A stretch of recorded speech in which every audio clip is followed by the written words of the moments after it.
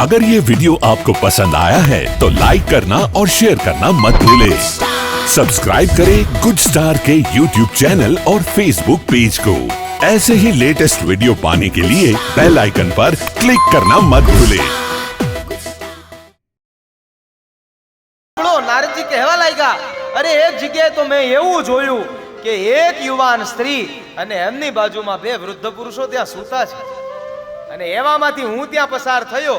હવે યુવાન સ્ત્રી અને એની બાજુમાં બે વૃદ્ધ પુરુષો અને ઈ પાછા ત્યાં હતા, એટલે આમાંય કંઈક મને આશ્ચર્ય જોવા લાગ્યું। હું ત્યાંથી નીકળી ગયો, હું જ્યાં પસાર થાવ અને ત્યાં પેલી સ્ત્રીએ બે હાથ જોડ્યા। ઓ ભોગ સાધુ ક્ષણમ તિષ્ઠ મચ્ચિંતામપી નાશય। હે મહારાજ, હે સાધુ, બે ક્ષણવાર માટે ઉભા રહો ને, મારી ચિંતામાંથી તમે મને મુક્ત કરો ને। હા બોલો ને, શું હતું? આ દુનિયાનો સાધુ એને જ કહેવાય જે બીજાના કાર્યને સાધે ને નામ સાધુ।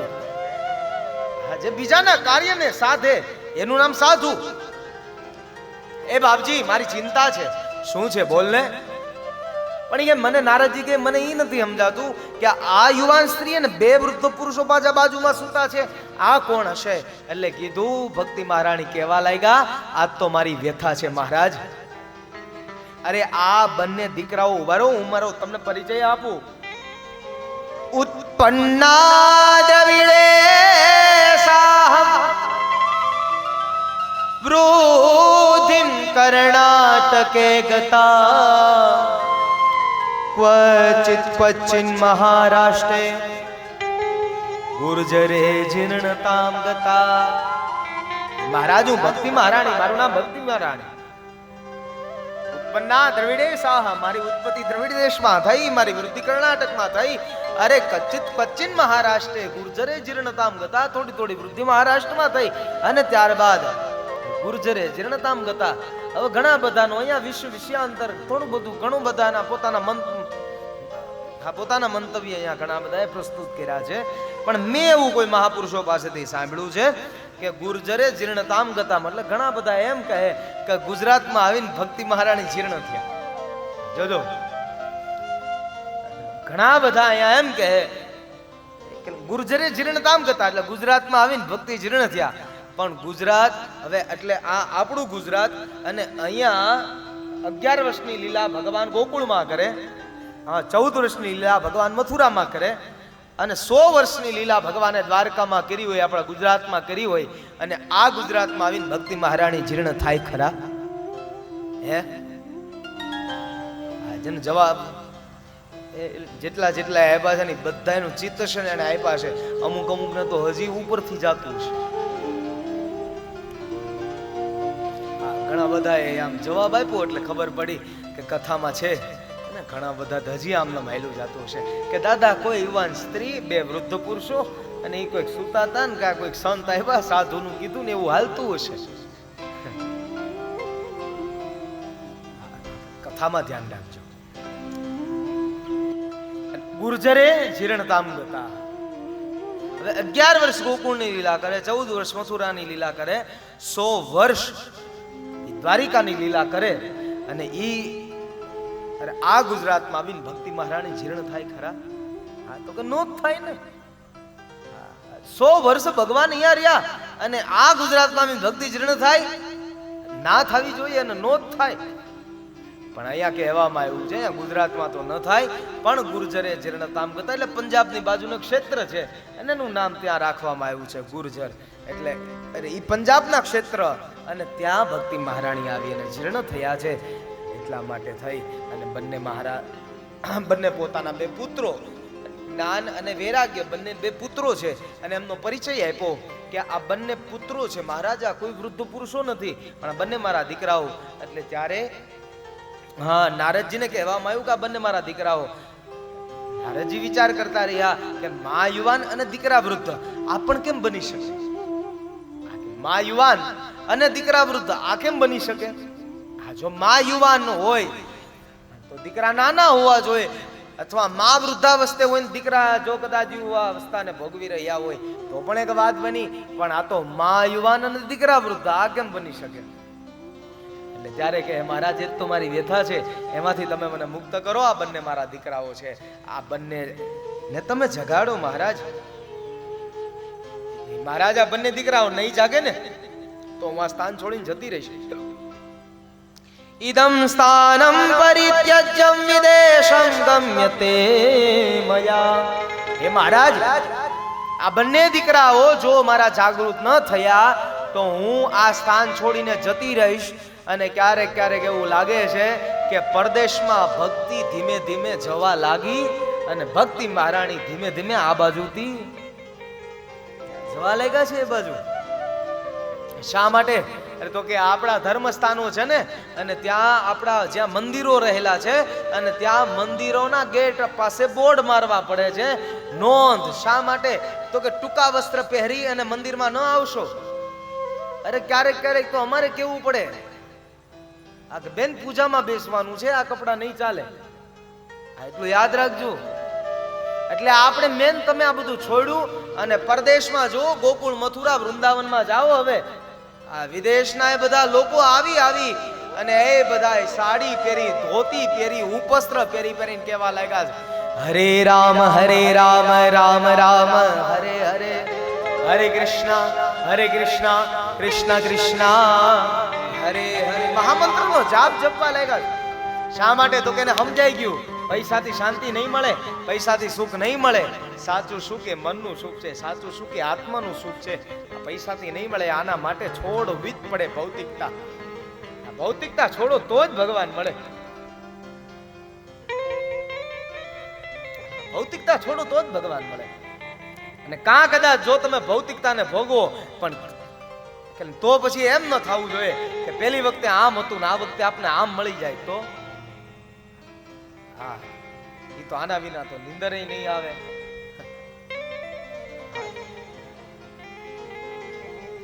ભક્તિ મહારાણીએ ખાસ નોંધ, એટલે આપણે કહેતા હોય એ મંદિરોના પરિસરોમાં નોંધ લખવામાં આવી છે કે ટૂંકા વસ્ત્ર પહેરીને આવશો નહીં. અને ત્યારે એવું લાગે છે કે ભક્તિ મહારાણી જીર્ણ દે.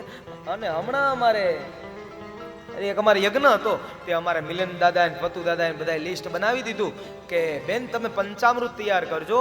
તો એ અમારે બેનનો સામેથી કોલ આવ્યો કે દાદા પંચામૃત કે મળશે ક્યાં?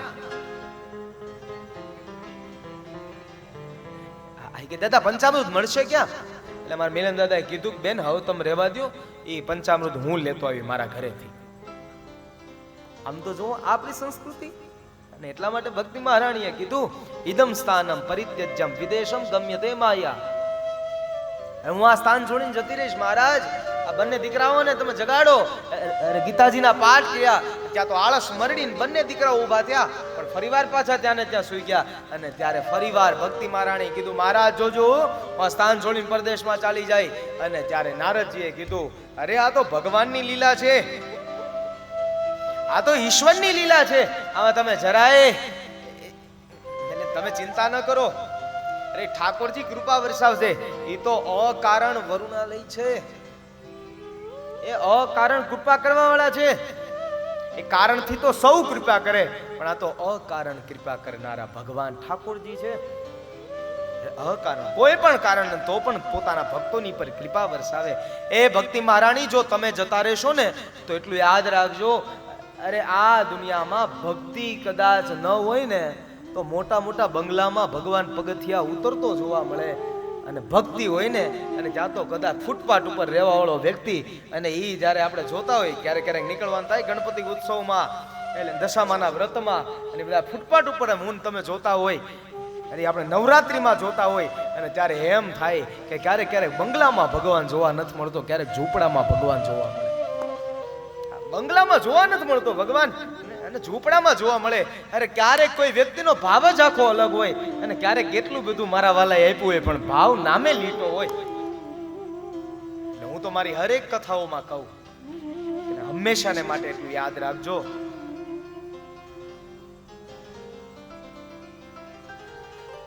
એટલે જેમ જેમ મારા તમારા જીવનમાં સંપદા આવવા લાગે, સંપદા વધવા લાગે, એમ એમ તમે તમારા ઘરની અંદર ધર્મને વધારજો. એ અમારા ભાઈ, અમારે ભાવેશભાઈ ન ભૂલતો હોય તો, ભાવેશભાઈ ના ઘરે જે અમે આપણે દ્વારકાધીશની ઠાકોરજીની સેવા પૂજા થાય છે એટલે આવું જ્યારે જોઈએ ને ત્યારે બહુ રાજીપો વ્યક્ત કરીએ છીએ. એટલે અમારી બેનને એકવાર તાળીઓથી વધાવો ત્યારે. એટલે અમે તો ઘણીવાર એવું કહેતા હોય કે યજમાન સંપદા વાળા મળે એ તો સારું, પણ સાથે સાથે ભગવાન પ્રત્યે ભાવ વાળા હોય અને એવા જ્યારે યજમાનો મળે ને ત્યારે અમને પણ આનંદ થાય કે અમારા ઠાકોરજી હારા હચવા છે, અમારા ભગવાન પણ હારા હચવા છે. જેને ભગવાનની પ્રત્યે પ્રીતિ લાગી છે એટલે ભક્તિ છે. એટલે આ કથા, આ ભક્તિ જ્ઞાન અને વૈરાગ્યની કથા મારા તમારા જીવનમાં, આ શરીરમાં ક્યાંક ક્યાંક ભક્તિ ખાડે પડી છે ને એને જગાડવા માટેની કથા છે. ભક્તિ આવે ને એટલે જ્ઞાન આવે, જ્ઞાન આવે એટલે વૈરાગ્ય આવે, ભક્તિ આવે ને એટલે પછી આપણે સમજાવતા થઈ જાય એટલે ભગવાન માટે આમ કરાય ને ભગવાન માટે તેમ કરાય ને એટલે જ્ઞાન આવવા લાગે. એ જ્ઞાન આવે ને પછી એકવાર વૈરાગ્ય લાગી જાય કે હવે આપણે ધીમે ધીમે સંસાર તરફથી આસક્તિ છોડીએ, સંસાર તરફથી આસક્તિ છોડી દઈએ. એટલે આ ભક્તિ છે, પણ ભક્તિ હોવી એ જરૂરી છે. ભક્તિ હોય તો ભગવાન આવે છે. એટલે જ્યારે ભક્તિ મહારાણીની એક જ ઈચ્છા એટલે જ્ઞાન અને વૈરાગ્ય બંનેના માટે થઈ અને કે આને તમે જાગૃત કરો, બંનેને જ્યારે જાગૃત કરવા માટે થઈ અને નારદજી ચાંડી પડ્યા અને ત્યાં આકાશવાણી થઈ, હવે શું કરવું, હવે શું કરવું. ત્યારે કીધું સત્કર્મ કરો, સત્કર્મ કરો, સત્કર્મ કરો, સત્કર્મ કરો. આકાશવાણી થઈ સત્કર્મ કરો, સત્કર્મ કરો, સત્કર્મ કરો, સત્કર્મ કરો, સત્કર્મ કરો. પણ હવે ઈ પાછી દીધા ઊભી થઈ કે આકાશવાણી તો થઈ ગઈ સત્કર્મ કરવાની, પણ હવે સત્કર્મ કહેવાય કોને ઈ પાછો હવે દીધા. અરે યજ્ઞને સત્કર્મ કહેવાય કે કથા સાંભળી એને સત્કર્મ કહેવાય કે પછી ભગવાનની પૂજા કરી એને સત્કર્મ કહેવાય? જોજો સત્કર્મ બધાએ આને જ કહેવાય સત્કર્મ. પણ આ દુનિયાનું મોટા મોટું સત્કર્મ એટલે જ્યાં જ્યાં ભાગવતજી થાય અને જ્યાં જ્યાં લોકો બેઠા હોય અને એટલી બહોળી સંખ્યાની અંદર જ્યારે આ ભાગવતનો જ્યારે પાઠ થતા હોય અને એના માટે બ્રાહ્મણો જ્યારે પાઠ કરતા હોય એટલે આ મોટા મોટું સત્કર્મ છે, એટલું યાદ રાખજો. એટલે આ જ્યાં સત્કર્મ શરૂ કર્યું અને ત્યાં તો ત્યાં આશ્ચર્ય જોવા મળ્યું અને ઈ પાછું આશ્ચર્ય એવું જોવા મળ્યું કે શું થયું. एवं नगाः श्रवणो रुधर्मे प्रकाश्यमाने ऋषिभिः सभायाम् आश्चर्यमेकं समभूतदानि तदुच्यते शृणुशोनकत्वम्. જ્યાં જોવે આશ્ચર્ય, અરે આ કોણ આવી રહ્યું છે? નારદજી જોવા લાગ્યા, પાછળ ફરીને જોયું આ કોણ આવે. જ્યાં જોવે ને ત્યાં તો ભક્તિ મહારાણી તો આવતા હતા. જ્ઞાન અને વૈરાગ્ય પણ એ સત્કર્મના બહાને થઈ અને આવી ધીમે ધીમે પાછળ હતા ભક્તિ મહારાણી આગળ અને ધીમે જ્ઞાન અને વૈરાગ્ય પાછળ. એની પાછળ આખો કાફલો છે, ભગવાનના ભક્તોનો કાફલો પાછળ આવી રહ્યો છે. બધા શું ગાતા હતા ખબર? ભક્તિ સુતો તો તરુણો ગૃહીત્વા પ્રેમે કરૂપામ સહસા વિરાસિતા શ્રી કૃષ્ણ ગોવિંદ હરે મુરારે નાથેતિ નામાનિ મુહુર વદંતિ. સત્કર્મ કરો, સત્કર્મ કરો. આ સત્કર્મના પ્રભાવથી જ્યાં જોવે ત્યાં તો ભક્તિ, જ્ઞાન અને વૈરાગ્ય અને એ બધાય મંડળો બધા આવી રહ્યા હતા. જ્યારે એ બધાય આવી રહ્યા છે ને ત્યારે જ્યાં જોયું પણ એ પણ ભગવાનનું નામ લેતા હતા. એટલે તમે પણ કથામાં આવો ને ત્યારે તમે પણ ભગવાનનું નામ લઈ લઈને આવજો. શ્રી કૃષ્ણ ગોવિંદ હરે મુરારે હે નાથ નારાયણ વાસુદેવા. શ્રી કૃષ્ણ ગોવિંદ હરે મુરારે હે નાથ નારાયણ वासुदेवा. अगर ये वीडियो आपको पसंद आया है तो लाइक करना और शेयर करना मत भूलें। सब्सक्राइब करें गुड स्टार के YouTube चैनल और Facebook पेज को। ऐसे ही लेटेस्ट वीडियो पाने के लिए बेल आइकन पर क्लिक करना मत भूलें।